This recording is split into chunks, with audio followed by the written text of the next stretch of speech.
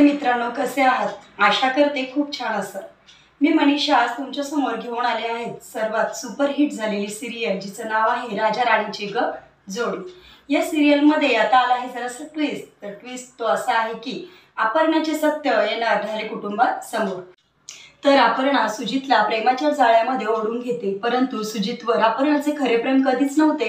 फक्त तिला ढाले कुटुंबाची संपत्ती मिळवायची असते म्हणून ती सुजितवर प्रेम करते आणि सुजितच्या घरामध्ये जाण्यासाठी ते एक नाटकही करते की मी प्रेग्नेंट आहे आणि मला आता लग्नही सुजित बरोबर केलेच पाहिजे असं ती आईसाहेबांना सांगते आणि आईसाहेबांना सुद्धा या लग्नाची परमिशन द्यावी लागते।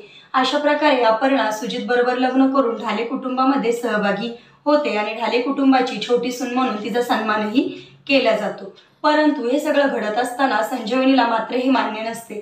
ती नेहमीच अपर्णाचे सत्य काय आहे हे जाणून घेण्याचा प्रयत्न करत असते आणि हा प्रयत्न करत असतानाच तिच्या हाती एक रॅकेट लागते, ते म्हणजे तोडकर डॉक्टरांचे रॅकेट। तोडकर डॉक्टरांचे रॅकेट तिच्या हाती लागल्यानंतर ती तोडकर डॉक्टरांकडून वदवून घेत असते की तुम्ही काय काय चुका केल्या आहेत ते माझ्यापुढे मान्य करा। आणि या चुका वदवून घेत असताना तिला अपर्णाची आठवण येते। त्यावेळेस ती राजश्री वहिनींचा फोटो तोडकर डॉक्टरांना दाखवते आणि विचारते की यांना तुम्ही ओळखता का? त्यावेळेस सुरुवातीला डॉक्टर मी ओळखत नाही असे बोलतात, परंतु ज्यावेळेस संजू त्यांना मारहाण करते आणि विचारते की खरं सांगा नाहीतर याच्यापेक्षा डेंजर मार मी तुम्हाला देईन, त्यावेळेस डॉक्टर कबूल करतात की अपर्णाच्या पोटात खोटे बाळ आहे हे सांगण्यासाठी मला राजश्री वहिनींनी 35,000 रुपये दिले होते। हे ऐकून संजूला फार मोठा धक्का बसतो आणि ती तशीच घरी येते।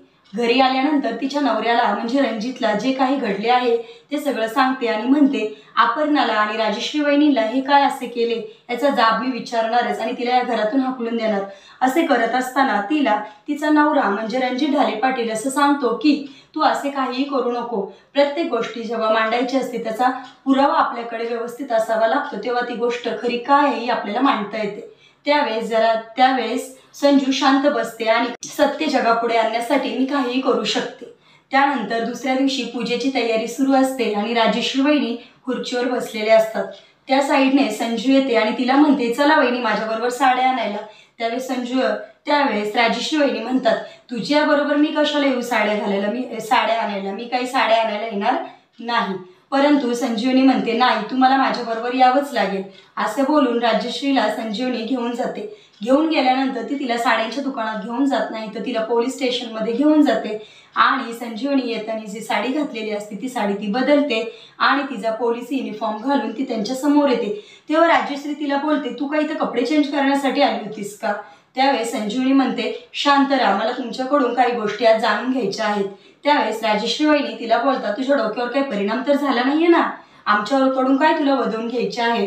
हे बोलत असतानाच आप्पा तोडकरांना घेऊन त्यांच्या पुढे ढकलून देतात। त्यावेळेस तोडकर पटापटा वदायला लागतो हेच त्या राजश्री वहिनी त्यांनी मला 35,000 रुपये दिले होते की अपर्णाच्या पोटात बाळ आहे, अपर्णाच्या पोटातील बाळ गेले आहे असे खोटे सांग म्हणून।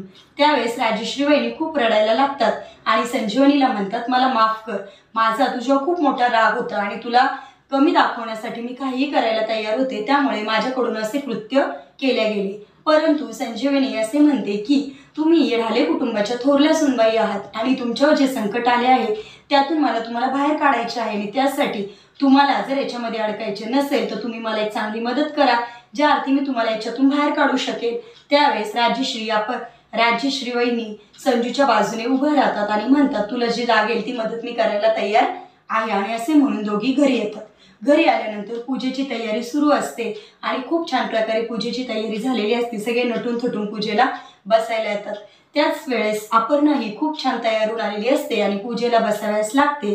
त्यावेळेस संजीवनी तिला म्हणते थांब, पूजेला तू बसू नको, तुझे काय सत्य आहे काय खरे आहे मला हे सर्वांच्या समोर आणायचे आहे। त्यावेळेस अपर्णा काहीच बोलत नाही आणि म्हणते माझं काहीच सत्य नाही, काहीच खोटं नाहीये, माझं सगळं खरं आहे असं तिला बोलायला लागते। त्यावेळेस पटकन संजीवनी जे सत्य आहे जो प्रूफ आहे तो सगळ्यांसमोर दाखवते आणि तिने मोबाईलमध्ये जी शूटिंग केलेली असते की तोडकर डॉक्टर काय बोलत आहेत ती शूटिंग ती सगळ्यांना दाखवते की तोडकर डॉक्टर हे बोलत आहेत की अपर्णा कधीही प्रेग्नेंट नव्हती, तिला कधीही बाळ नव्हते, ती जे बाळ मेले अशी खोटी गोष्ट मी तुम्हाला सांगितली आहे, पैसे खाऊन मी हे काम केले आहे असा व्हिडिओ ती सगळ्यांना म्हणजे आईसाहेबांना, रणजितला, सुजितला दादासाहेबांना आणि राजश्रीला आणि बेबी मावशींना अशा सगळ्यांना दाखवते आणि सगळ्यांचा त्याच्यावर विश्वास बसतो त्या व्हिडिओवर जो संजीवनीने सगळ्यांना दाखवलेला आहे।